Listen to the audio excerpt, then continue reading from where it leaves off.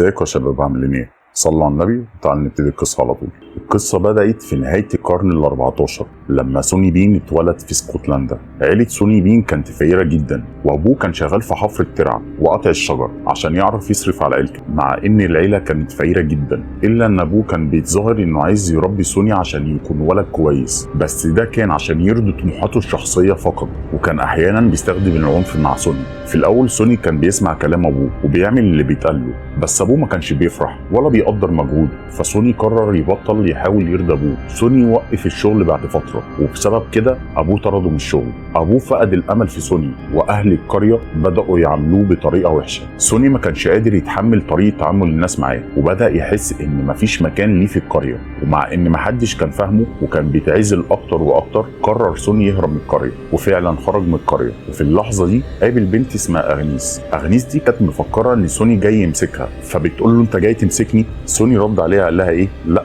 بس انا هربان من ابويا. فردت عليه قالت له بجد؟ اصل انا كمان هربت من القريه عشان الناس بتقول عليا ساحره. اغنيس كانت متهمه انها ساحره وما كانش ليها مكان في القريه، وهي كمان كانت عايزه تهرب من القريه زي سوني. الاتنين اللي كان في نفس الوقت اتفقوا وقرروا يهربوا مع بعض. سوني واغنيس حاولوا يهربوا بعيد عن القريه، لكن الفلوس خلصت منهم. احيانا كان بيهاجموا الناس اللي بتعدي من جنب المكان اللي قعدوا فيه عشان يعرفوا يعيشوا، لكن الفلوس اللي كانوا بيجيبوها كانت قليله. حتى لو سرقوا مجوهرات ما كانش عندهم طريقه يبيعوها عشان الناس ممكن تكتشف جريمتهم، فالحياه بقت صعبه عليهم اكتر واكتر. سوني قال لاغنيس طيب ما تيجي ندور على شغل؟ اغنيس قالت له لا، الناس ممكن تكتشفنا. سوني رد عليها وقال لها بس كده مش هنعرف نعيش من غير اكل. اغنيس قالت له مفيش حل، ده اخر حل. سوني رد عليها باستغراب وقال لها اخر حل؟ هو ايه اللي اخر حل؟